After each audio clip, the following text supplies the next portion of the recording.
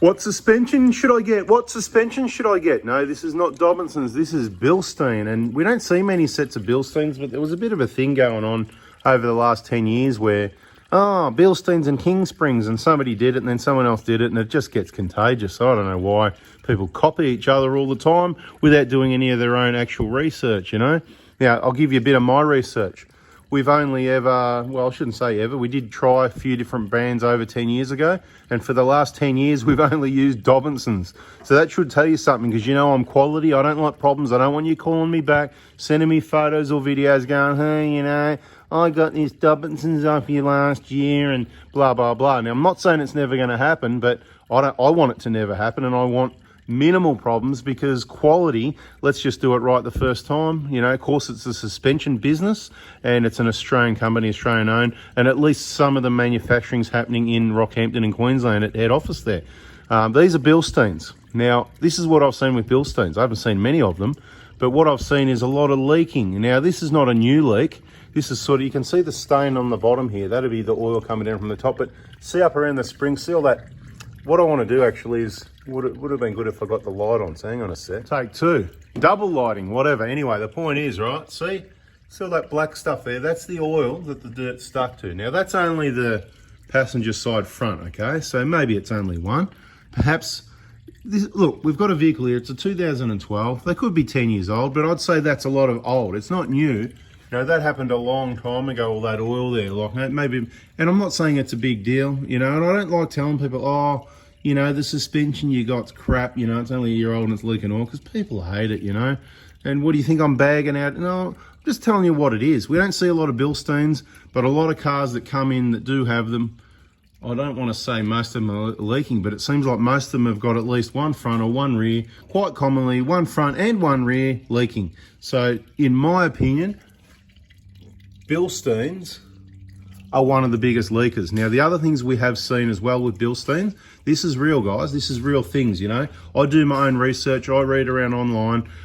When I see a photo of something broken, I go, now, who's this guy? Is he real? Is this a troll? Is it fake or not? When it's people you actually know, then you know it's real. Now, the other thing that happens with these, and I've seen it, let's just say more than once, they crack. See this round section here? It's welded on 360 degree. That's good. But maybe it's weakening because all the weight of the vehicle, you got to understand that all the weight of the vehicle is on that pin there. And what happens is they crack through front to rear across that side and this side here. And that section there just breaks away. And I've only seen that happen on what I believe to be Bilsteins. Okay. So, you know, reserve the right to be wrong again, because I'm always wrong. You know, I'm always wrong. I love to be wrong. I just can't wait till I'm wrong. But this is what I've seen. So Bilsteins, personally, you know, maybe they've changed it. Maybe they got better. Maybe I'm giving old information. Is that rust or stones at the bottom? I think it's just a bit of rust. That's all right. But look up here, not as bad as the other one. So you know how I said, oh, it's probably just one, you know, I mean, you can see a bit of fresh oil there, but it looks like a little bit of old oil there, but not as much. Now, I was saying this is a 2012 150 Prado. It's in for a 150k service. It's done about 152,000 Ks. So this might incorporate a bit of an inspection. So I'll chuck this one in the inspection playlist and in the suspension playlist. Inspection and suspension. Suspension and inspection. Suspension, inspection, inspection, suspension, suspension, inspection, suspension. Yeah, you know, try and say that one fast. Say suspension, then inspection, and keep, you know, inspection, suspension, inspection. Anyway, whatever. Anyway. I'll put it in trying to be funny. I've got a playlist called Attempting Humour, yeah. So maybe I'll put it in there as well. He's put new pads and rotors in himself recently, so that will be looking beautiful, right? Pads are like new, happy days. You're just looking at a typical Prado on here. I mean, have a look at it. Pads and rotors are like new.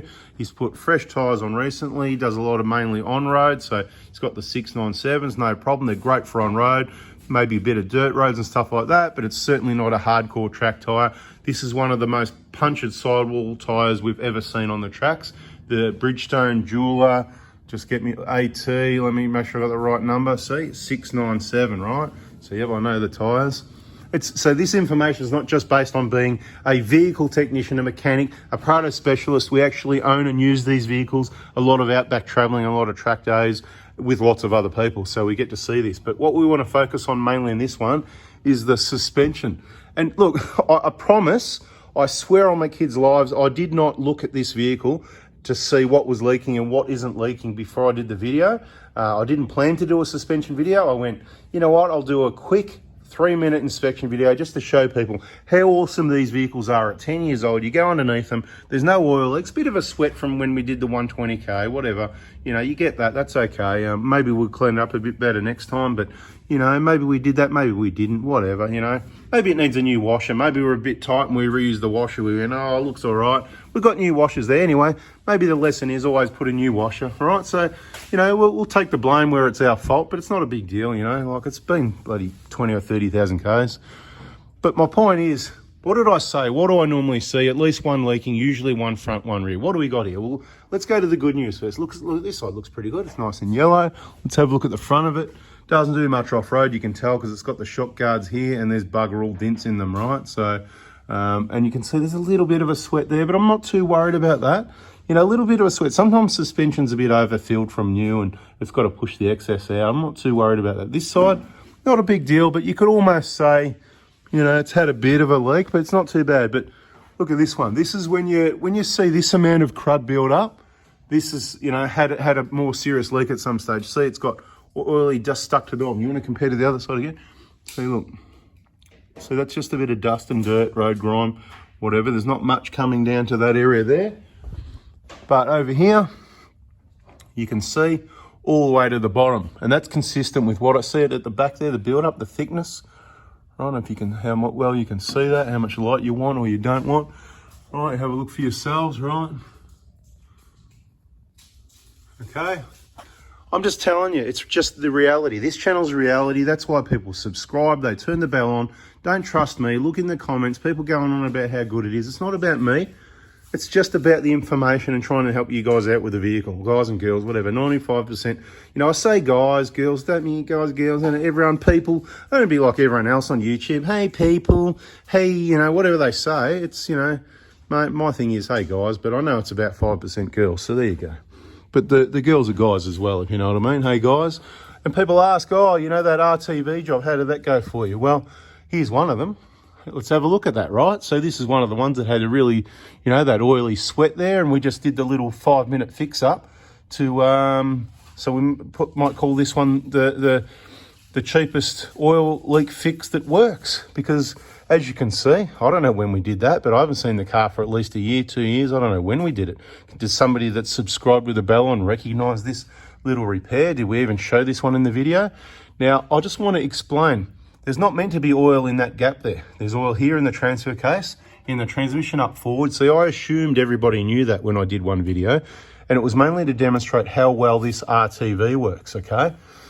That's what the video was really about.